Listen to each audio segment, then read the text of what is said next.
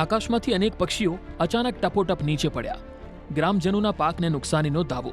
ગ્રામજનોની ઊંઘ થઈ હરામ.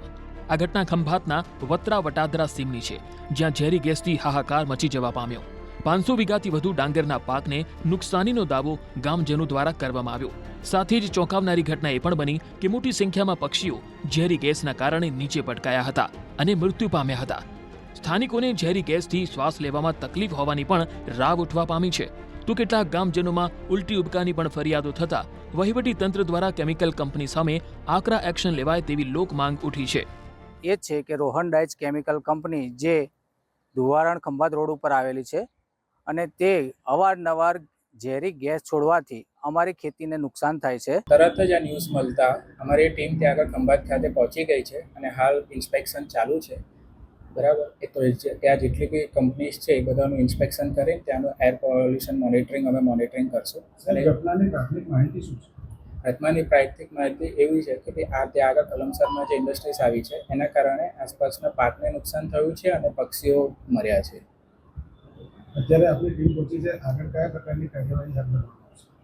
અત્યારે ટીમ પહોંચી છે, એ લોકોએ ત્યાંની જે કંપની છે એનું મોનિટરિંગ કરશે અને એના મોનિટરિંગના રિઝલ્ટના બેઝ પર આગળની કાર્યવાહી કરવામાં આવશે. કોઈ કંપનીએ ઝેરી કેમિકલ યુદ્ધ પરમ દિવસ 15મી ઓગસ્ટના દિવસે જે કાઢેલ તેની હિસાબે વત્રા, કલમસર, વટાદરા લગભગ મારા ખ્યાલ મુજબ 501 વીઘા જમીનને નુકસાન થયેલ છે.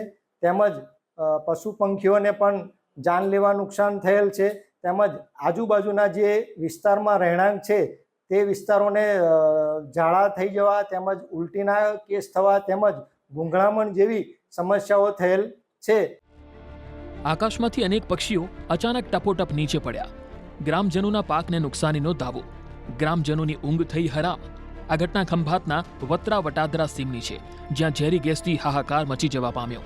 500 વીઘાથી વધુ ડાંગરના પાકને નુકસાનીનો દાવો ગામજનો દ્વારા કરવામાં આવ્યો. સાથે જ ચોંકાવનારી ઘટના એ પણ બની કે મોટી સંખ્યામાં પક્ષીઓ ઝેરી ગેસના કારણે નીચે પટકાયા હતા અને મૃત્યુ પામ્યા હતા. સ્થાનિકોને ઝેરી ગેસથી શ્વાસ લેવામાં તકલીફ હોવાની પણ રાવ ઉઠવા પામી છે. તો કેટલાક ગામજનોમાં ઉલટી ઉબકાની પણ ફરિયાદો થતા વહીવટી તંત્ર દ્વારા કેમિકલ કંપની સામે આકરા એક્શન લેવાય તેવી લોક માંગ ઉઠી છે. એ જ છે કે રોહન ડાઇચ કેમિકલ કંપની જે ધુવારણ ખંભાત રોડ ઉપર આવેલી છે અને તે અવારનવાર ઝેરી ગેસ છોડવાથી અમારી ખેતીને નુકસાન થાય છે. તરત જ આ ન્યૂઝ મળતા અમારી ટીમ ત્યાં આગળ ખંભાત ખાતે પહોંચી ગઈ છે અને હાલ ઇન્સ્પેક્શન ચાલુ છે. બરાબર, એ તો ત્યાં જેટલી બી કંપનીઝ છે એ બધાનું ઇન્સ્પેક્શન કરી ત્યાંનું એર પોલ્યુશન મોનિટરિંગ અમે મોનિટરિંગ કરશું. અને ઘટનાની પ્રાથમિક માહિતી શું છે? ઘટનાની પ્રાથમિક માહિતી એવી છે કે આ ત્યાં આગળ કલમસરમાં જે ઇન્ડસ્ટ્રીઝ આવી છે એના કારણે આસપાસના પાકને નુકસાન થયું છે અને પક્ષીઓ મર્યા છે. અત્યારે આપણી ટીમ પહોંચી છે, આગળ કયા પ્રકારની કાર્યવાહી હાથ ધરવામાં આવશે? અત્યારે ટીમ પહોંચી છે, એ લોકોએ ત્યાંની જે કંપની છે એનું મોનિટરિંગ કરશે અને એના મોનિટરિંગના રિઝલ્ટના બેઝ પર આગળની કાર્યવાહી કરવામાં આવશે. કોઈ કંપનીએ ઝેરી કેમિકલ યુદ્ધ પરમ દિવસ 15મી ઓગસ્ટના દિવસે જે કાઢેલ તેની હિસાબે વત્રા, કલમસર, વટાદરા લગભગ મારા ખ્યાલ મુજબ 501 વીઘા જમીનને નુકસાન થયેલ છે.